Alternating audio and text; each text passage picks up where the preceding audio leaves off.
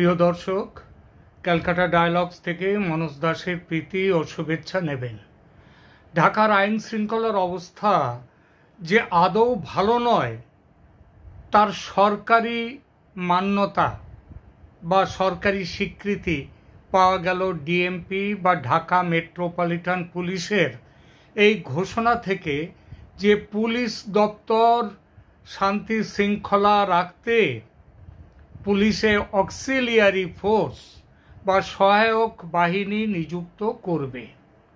এই বিষয়ে তাদের একটা পুরনো আইনি অধিকার আছে, মানে নতুন করে কোনো আইন বা অধ্যাদেশ তাদের জারি করতে হবে না। প্রথমেই বলে নেওয়া ভালো, আইন আর অধ্যাদেশ বা যাকে আমরা বলছি ল অ্যান্ড অর্ডিন্যান্স, এই দুটো জিনিস কিন্তু এক নয়।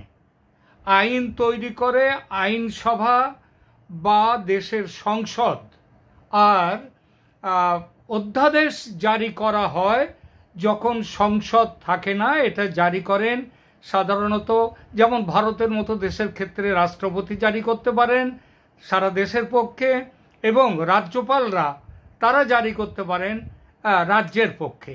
কিন্তু বাংলাদেশেও অধ্যাদেশ জারি করার নিয়ম আছে। অধ্যাদেশ হলো, সেটা করবেন কে? বাংলাদেশের রাষ্ট্রপতি। এইবার অধ্যাদেশ হলো একটি অস্থায়ী আইন, যা সংসদে আইনসভা অধিবেশন যখন চালু না থাকে বা আইনসভার অধিবেশন যখন না থাকে, তখন সেটা জারি করা হয়। তাৎক্ষণিক আইন প্রণয়নের প্রয়োজন হলে অধ্যাদেশ জারি করার নিয়ম এটা বাংলাদেশের। অধ্যাদেশের বৈশিষ্ট্যগুলো কি, মানে অর্ডিন্যান্স কাকে বলে? এক হচ্ছে অধ্যাদেশের যে ক্ষমতা এবং প্রভাব, সেটা কিন্তু সংসদের আইনের মতোই হবে। আর অধ্যাদেশ কার্যকর থাকবে একটা নির্দিষ্ট সময়সীমার মধ্যে, সময়সীমা পর্যন্ত সেটা থাকবে। তারপরে যদি সেই অধ্যাদেশকে আরও এগিয়ে নিয়ে যেতে দরকার হয়, তখন সেটা আইন করে প্রণয়ন করতে হয়, এবং তার জন্য সংসদের আইন করা দরকার, কারণ সংসদের অধিকার আছে একমাত্র আইন করা।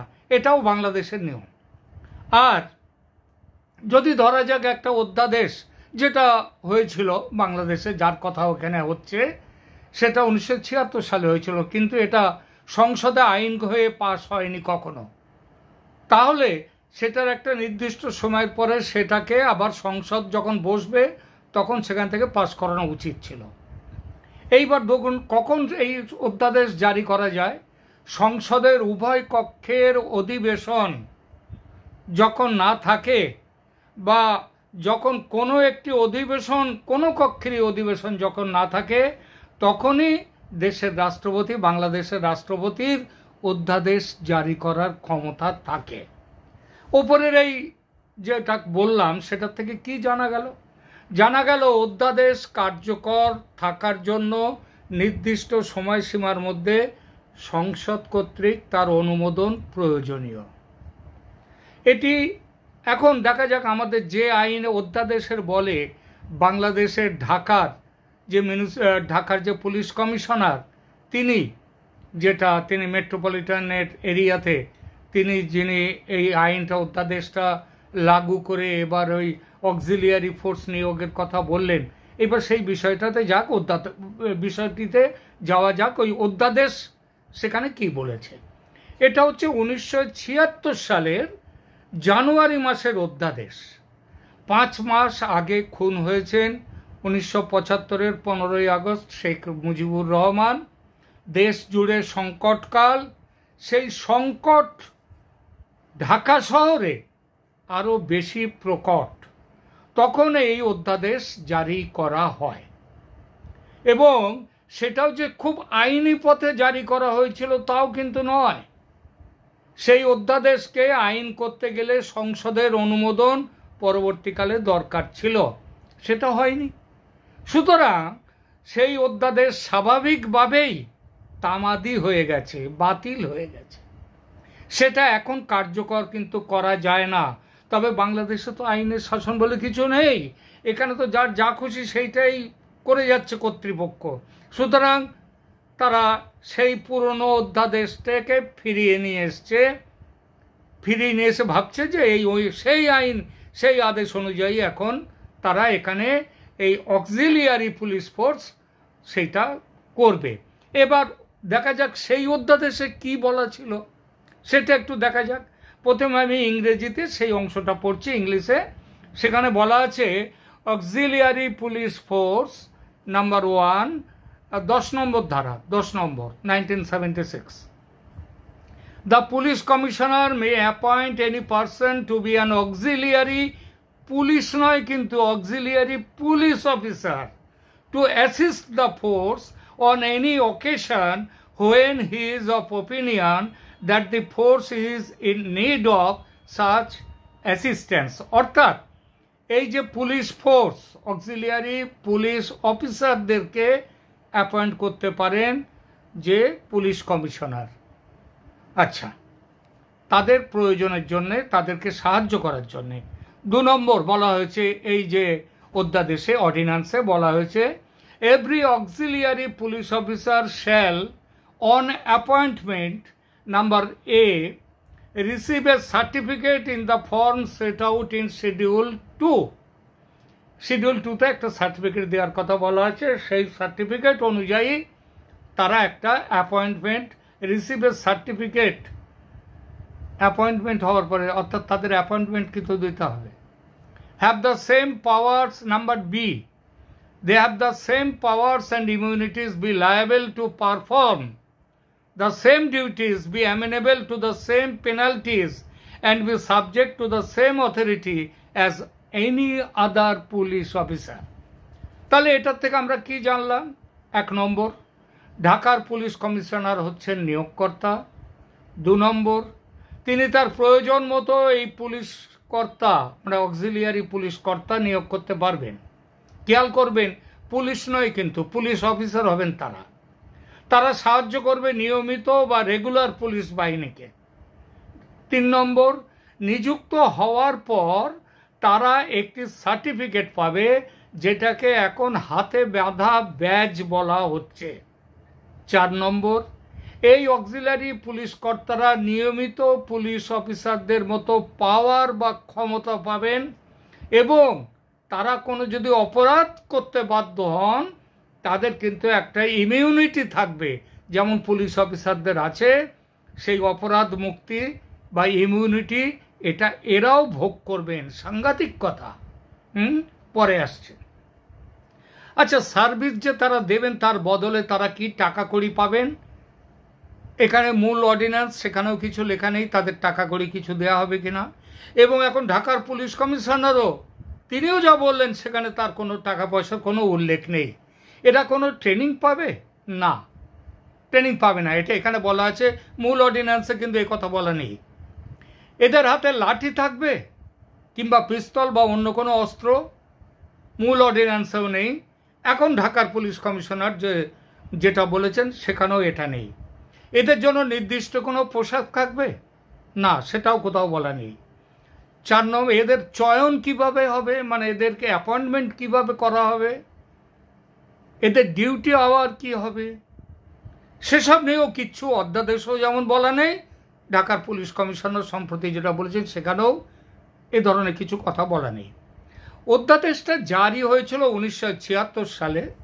তারপর বিগত 50 বছর এই অধ্যাদেশ মোতাবেক কোনো নিয়োগ হয়নি। হঠাৎ আজ এই বাতিল হওয়া অধ্যাদেশের ফাইলের ওপর থেকে ধুলো ঝেড়ে ফেলে নিয়োগের কথা ভাবা হচ্ছে। কেন? কারণ আইন শৃঙ্খলা খারাপ, ঠিক আছে। এবং এই অক্সিলারি ফোর্স এটা নিয়োগ করবে, এই আইন শৃঙ্খলাটা কিন্তু সামগ্রিকভাবে খারাপ সেটা কিন্তু বলা হয়নি। বলা হচ্ছে যে এখন ঈদের সময়, এই রমজানের সময় এটা দরকার হচ্ছে, ঠিক আছে, এইটা বলা হয়েছে। তাহলে কি রমজানের পরে এটা উঠে যাবে, তুলে নেওয়া হবে ঈদ হয়ে গেলে? সেটাও কিন্তু বলা হয়নি নতুন আইনে। আচ্ছা, এই পুলিশ কর্তারা ঢাকার বর্তমানে তারা অক্সিলারি ফোর্সের নিয়োগের সমর্থনে পৃথিবীর কোথায় কোন দেশে আছে অক্সিলারি ফোর্স সেই ব্যাপার নিয়ে কিছু কথা বলেছেন, কিন্তু তারা সেখানে নিউ ইয়র্ক শহরের কথা তারা বলেননি বিশেষভাবে। তবে আমরা একটু তুলি নিউ ইয়র্ক শহরের কথা। এখানে পৃথিবীর বিভিন্ন শহরের সঙ্গে উদাহরণ হিসেবে নিউ ইয়র্ক শহরের কথাও বলা হয়েছে, কিন্তু এটা বলা হয়নি যে সেসব দেশে অক্সিলারি ফোর্সে যাদেরকে ভর্তি করা হয় তাদেরকে কিসের ভিত্তিতে এবং কিভাবে ভর্তি করা হয়, তাদেরকে ব্যবহার করা হয়, সেই যা ধরা মানে এটা বলেননি যে সেসব দেশে বাংলাদেশের মতো এই যে নিয়োগ করা হবে বলা হচ্ছে ধর তক্তা মার পেরেক, মানে কোনো কিছু নয়, তক্তা ধরো আর পেরেক ঠুকে দাও, এইভাবেই করা হচ্ছে। ধর তক্তা মার পেরেক গোছের নিয়োগ সেসব দেশে হয় না। সেখানে যথাযথ চয়ন প্রক্রিয়া থাকে, তাদের ট্রেনিংয়ের ব্যবস্থা থাকে, আইন সম্পর্কে তাদেরকে জ্ঞান দেয়া হয়, পড়ানো হয়, তারা কোন আইনে কিভাবে ধরতে পারে সেগুলো দেখা হয়, তাদের আগ্নেয়াস্ত্র চালানোর ট্রেনিং দেয়া হয়, এমনকি তাদের আগ্নেয়াস্ত্র পর্যন্ত দেয়া হয়। তাদের আলাদা পোশাক থাকে, বিশেষ পোশাক। তাদের এই আমি বাড়ির পোশাক পরে গেল ঢাকার যে অক্সিলারি ফোর্স হাতে একটা ব্যাজ নিয়ে, সেসব হয় না, এবং তারা বেতন পায়। এই সমস্ত ব্যাপারগুলো তারা বেতন পায়, নইলে তারা কি মিথ্যে এখানে বিনা পয়সায় কাজ করতে আসবে? ঢাকায় এসব কিছুই থাকবে না। এমনকি এখানে এই অক্সিলিয়ারি পুলিশ অফিসাররা কোনো বেতনও পাবেন না, সেটাও পরিষ্কার করে বলে দেওয়া হয়েছে। এবার অধ্যাদেশে ছিল না, এখানেও নেই। সুতরাং বেতন এরা পাবেন না। তাহলে প্রশ্ন আসে, এদের চলবে কিভাবে? এদের ঘর সংসার নেই, এদের আয়ের অন্য কোনো উৎস থাকবে? বাপের টাকা থাকবে বাড়িতে যে সেই টাকা নিয়ে এসে এরা দেশের কাজ করবে? এটা ভাবাটাই হচ্ছে বোকামি। তারা কাজ করবে তাহলে কেন? এর একটাই উত্তর, সরকার এদের টাকা দেবে না, তবে এদের টাকা ঠিক এরা আদায় করে নেবে। কারণ আদায় করার যথেষ্ট রাস্তা আছে, কিন্তু যথেষ্ট রাস্তা আছে। এই দেখুন না, আমাদের পশ্চিমবঙ্গ সরকার সিভিক পুলিশ করেছে, তাদের কিন্তু একেবারে বিনা পয়সায় রাখেনি, তাদেরকে মাইনে দিচ্ছে। 500 টাকা দিয়ে শুরু হয়েছিল, এখন বেড়ে গেছে, এবং সেই টাকাটা কিন্তু তাদের কোনো ব্যাপারই নয়। পশ্চিমবঙ্গ সরকারের যে সিভিক পুলিশ, তাদের আগে বলা হতো সিভিক ভলেন্টিয়ার, এখন আবার তারা নাকি সিভিক পুলিশ হয়ে গেছে।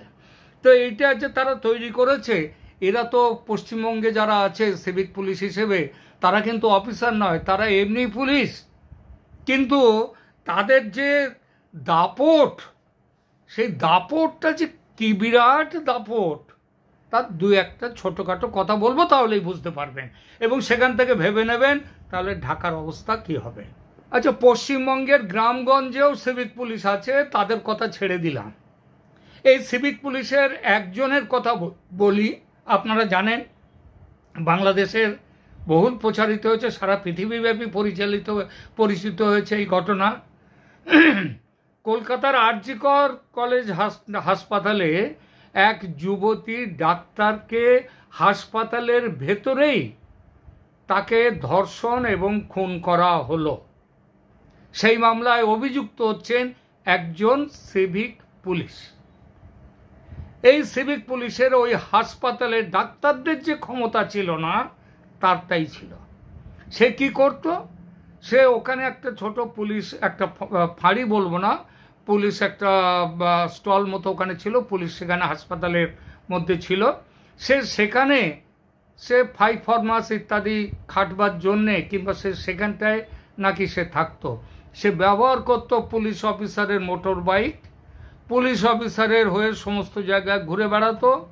সারা হাসপাতালে তার যা দৌরাত্ম্য ছিল, সেটা অনেক পুলিশ অফিসারেরও সেই দৌরাত্ম্য ছিল না, তাদেরও সেই ক্ষমতা ছিল না। সে ওই যুবতী ডাক্তারটিকে হত্যা করার এবং ধর্ষণের অপরাধে অপরাধী হয়ে যাবজ্জীবন কারাবাসের দণ্ড পেয়েছে অতি সম্প্রতি। এই হচ্ছেন একটা সিভিক পুলিশ অফিসারের কথা বললাম। আর এক সিভিক পুলিশ অফিসার, সেও কলকাতায়, তার কথা বলি, একেবারে শহরের বুকে, রাজধানীর বুকে। সেও করেছে কি, এক আইএএস অফিসার রিটায়ার্ড, তার স্ত্রীর সঙ্গে দৌরাত্ম্য করে। মানে তার স্ত্রীর সঙ্গে দুর্ব্যবহার করে। এই দুর্ব্যবহার করবার খবর সে স্ত্রী যখন নিয়ে এসে তার স্বামীকে বলেন, প্রাক্তন আইএএস অফিসার, তিনি পুলিশের ফোন করে পুলিশে কমপ্লেন করেন, পুলিশ কোনো ব্যবস্থা নেয়নি। শেষে পুলিশের কমিশনারের সঙ্গে কথা বলে সেই সিভিক ভলেন্টিয়ারকে, সিভিক পুলিশকে তার বিরুদ্ধে কিছু ব্যবস্থা নেওয়ার ব্যাপারে আছে। কি ব্যবস্থা নেওয়া হয়েছে? কোনো ব্যবস্থাই নেওয়া হয়নি, শুধু ওই থানা থেকে সরিয়ে তাকে অন্য থানায় দেওয়া হয়েছে, সে সেখানে অ্যাসিস্ট করবে। এই যে সিভিক পুলিশ পশ্চিমবঙ্গের, এদের এতই অসম্ভব ক্ষমতা, এরা পুলিশের ওপরে রাস্তাঘাটে পুলিশের যে এসআই, এএসআই কিংবা সার্জেন্ট কলকাতার বুকে, তারা বসে থাকে দূরে, আর গিয়ে রাস্তায় এই যে সিভিক পুলিশরা, তারা গিয়ে সেখানে গাড়ি আটকায়, চাঁদা তোলে, টাকা নিয়ে আসে, যেখানে যা দেয় ভাগ বাটোয়ারা যাওয়া হবার তাই হয়। এরা এই অ্যাসিস্ট করে, আর যত রকমের দৌরাত্ম্য এরা করে। তো এই হচ্ছে পশ্চিমবঙ্গের পুলিশ অফিসার। ধরেই নেওয়া যায় ঢাকার অক্সিলিয়ারি পুলিশ কর্তারা, তারাও কিন্তু পশ্চিমবঙ্গের সিভিক পুলিশের থেকে বহু গুণ দৌরাত্ম্য করবার অধিকারী হবেন তারা, এবং তাদের সেই ক্ষমতাও থাকবে, কারণ তারা তো শুধু সাধারণ পুলিশ নন, তারা পুলিশ কর্তা। ঢাকায় যদি গৃহস্থ বাড়ির ভেতরে ঢুকে বলা হয় এখানে কোনো অবৈধ কাজকর্ম হচ্ছে, তাকে ধরে নিয়ে চলে যেতে পারে, দাও টাকা, নইলে টাকা দাও, ছেড়ে দিচ্ছি। কিংবা যদি কোনো ভেতরে ঢুকে যদি দেখে যে তারা এখানে বলে দিতে পারে এখানে কোনো অতিথি এসছে, বলে দিতে পারে অতিথি কোত্থেকে এসছে, কেন এসছে ইত্যাদি সমস্ত কিছু করে, যে কোনো পুলিশ তো যে কোনো ব্যাপারেই হোক ফাঁসিয়ে দিতে তাদের কোনো কিছু বিরাট কোনো অসুবিধে হয় না। আইন তাদের পক্ষে থাকুক না থাকুক, আইন তাদের নিজেদের পক্ষে তারা করে নিয়েছে। বলে না, পুলিশে ছুঁলে বাঘে ছুঁলে 18 ঘা, আর পুলিশ ছুঁলে 18 নয় 20 ঘা হয়ে যায়, 20টা ঘা। সুতরাং পুলিশের তারা মাইনে পাক আর না পাক তাদের কোনো অসুবিধে নেই। দেশে এই যে পাড়ায় বাড়িগুলো রয়েছে, সেখানে গিয়ে কারোর বিরুদ্ধে অভিযোগ তুলে টাকা দাও, নইলে ছাড়া হবে না, নিয়ে যাচ্ছি থানায়। আর রিক্সাওয়ালা, ঠেলাওয়ালা, হকার, ছোটোখাটো দোকানদার, ব্যবসাদার, তাদের যে কি বিপদ হবে সেটা বলার দরকার পড়ে না। হ্যাঁ, আচ্ছা, তো তাদের দুর্ভোগের কথা হতে বাদ দিয়ে দিলাম। ধরেই নেওয়া যায় এসব পুলিশ কর্তার পদে নিয়োগ পাবেন কারা? সাধারণ মানুষ। কারণ এর তো কোনো চয়ন প্রক্রিয়া নেই, আমার যাকে খুশি তাকে নেব, আমার পছন্দ হয়েছে অমুককে, তাকে নেব। আর যদি দরকার হয় সামনাসামনি একটা নিয়োগ প্রক্রিয়ার মধ্যে একটা পরীক্ষা কিংবা ইন্টারভিউর ব্যবস্থা করা যাবে করা সেটা। সুতরাং কারা পাবেন নিয়োগ পাবেন সরকারে যারা বসে আছে তাদের নিজেদের লোকরাই ওখানে নিয়োগ পাবেন। সরকারে কারা বসে আছে? হিজবুত, জামাত, তারপরে আর সব এটিএস, মানে আল-বদর, আল-শামস, এরাই তো সরকার চালাচ্ছে, ইউনূসের সরকার। সুতরাং এই নিয়োগ পাবে এদেরই লোক। পশ্চিমবঙ্গে যেমন হয়েছে, কারা পাচ্ছে নিয়োগ এখানে? মমতা ব্যানার্জির দলের লোক, চোর, ডাকাত, গুন্ডা, বদমাস, এরা সব এখন মমতা ব্যানার্জির দলের হয়ে তারা যদি ওখানে যায়, তবে তাদেরই তো আগে নেবে। ভদ্রলোক, ভালো ছেলে, নিরীহ ছেলে, মেধাবী ছেলে, এসবের কি দরকার হয় পুলিশের ওই তোলা তুলবার জন্যে, দুষ্কৃতির কাজগুলো করবার জন্যে? তাদের তো দরকার হয় না। বরং যত গুন্ডা বদমাস এরা আসবে, এরা তোলার ব্যাপারে, ওপরে সাপ্লাইয়ের ব্যাপারে এরা আরও ভালো কাজ করবে। পশ্চিমবঙ্গে সেটাই হচ্ছে, ওখানেও সেটা হবে। এরপর ঢাকায় ঘরে ঘরে ঢুকে আওয়ামী লীগের কর্মী খোঁজার অভিযানও শুরু হবে, যে আওয়ামী লীগের কর্মী কারা আছে, কিংবা ঘরে ঘরে ঢুকে শরিয়ত না মেনে চলার অভিযোগ, সেটাও করা হবে, দেখা হবে শাস্তির হাত থেকে বাঁচার জন্য। আজকাল তো অলরেডি শুরু হয়ে গেছে। এই যে এখন রামাদান চলছে, মানে রমজান মাস, এই মাসে মেয়েদেরকে এমনিতেই বলা হয়েছে ঘরের বাইরে যেন তারা না যায়, কারণ তাদের দেখলে আমাদের যে পুরুষদের এবং যারা রোজা রেখেছেন তাদের চরিত্র খারাপ হওয়ার সম্ভাবনা আসতে পারে, তাদের মানে শরীরে উত্তেজনার সৃষ্টি হতে পারে। সুতরাং বাইরে মেয়েদের না যাওয়াই ভালো। এ তো মোটামুটি এর একটা অভিযান শুরু হয়ে গেছে বাংলাদেশে। এই অভিযানকে আরও নিয়ে এসে এরপরে ঘরের মধ্যে নিয়ে আসা হবে, সেখানে বলা হবে, সেখানে যদি বলা যায় যে ইনি রোজা না রেখে ইনি খেয়েছেন কিছু দিনের বেলায়, তাহলে তাকেও ধরা হতে পারে। সবাই তো ধর্মপ্রাণ মুসলিম এখন আর নেই, অনেকেই এখন ধর্মপ্রাণ মুসলিম একটা সাজার ভান করেন বটে, কিন্তু তারা অনেক সময় অনেক কিছু করেন। আমার ব্যক্তিগত অভিজ্ঞতায়ও এরকম প্রচুর অভিজ্ঞতা আছে আমার। সুতরাং তাদেরকে কোনো রকমভাবে একটা চার্জ তাদের বিরুদ্ধে দিয়ে, অভিযোগ দিয়ে পয়সা দাও ছাড়া পাও, নইলে চলো থানায় চলো। এবং থানায় যাওয়া মানে আপনারা জানেন বাংলাদেশে এখন একটা মামলায় ফাঁসানোটা মানে মিথ্যে মামলায় যে কোনো একটা কি বলবো একটা অছিলা করে একটা মামলায় ফাঁসানো এবং মামলায় ফাঁসিয়ে পয়সা খিচে নেয়া, তার একটা ইন্ডাস্ট্রি শুরু হয়ে গেছে। নতুন একটা ইন্ডাস্ট্রি এবার শুরু হবে এই ঠ্যাঙাড়ে বাহিনীকে দিয়ে। এটা ঠ্যাঙাড়ে বাহিনী এবং এই বাহিনীকে দিয়ে শুরু হবে। কে তাদের বিরুদ্ধে কথা বলবে? আপনি যে প্রতিবাদ করতে যাবেন তাদের বিরুদ্ধে, এই প্রতিবাদটা করবেন কি করে? কারণ ওখানে অপারেশন ডেভিল হান্ট কথা বললেই ভেতরে ঢোকো। আর গায়ে যদি আওয়ামী লীগের ছিটে ফোটা গন্ধ থাকে তাহলে তার কথাই নেই। তোমার জায়গা বাড়িতে নয়, জেলখানায়। সুতরাং সাধারণ মানুষ পরিত্রাণ পেতে কি করবে? কিছু নাও, পয়সা বাবা কত দিতে হবে, দরাদরি করে একটা সেটেল হবে, হয়ে গেল। মাইনের কি দরকার এই ঠ্যাঙাড়ে বাহিনীর? অক্সিলারি পুলিশ ফোর্স, পুলিশ নয়, পুলিশ অফিসার। কি জায়গায় চলে যাচ্ছে বাংলাদেশ! ৭৫ বছর আগের ১৯৭৬-এর আইন আর আজকে মানে প্রায় ৫০ বছর আগের আইন, সেই আইন মোতাবেক, আইনও নয় অধ্যাদেশ, যে অধ্যাদেশ ইতিমধ্যে হিমঘরে চলে গেছে, বাতিল হয়ে গেছে, সেই অধ্যাদেশকে নিয়ে এসে পুলিশ ফোর্স নিয়োগ হবে। দেশে কি আইন বলে আর কিছু নেই? বড় বড় কথা শুনি, high court, supreme court, district court, অমুক কোর্ট, তমুক কোর্ট, সব একেবারে ফক্কা। আজ এখনকার মতো এখানেই থামছি। ভালো থাকবেন, ধন্যবাদ।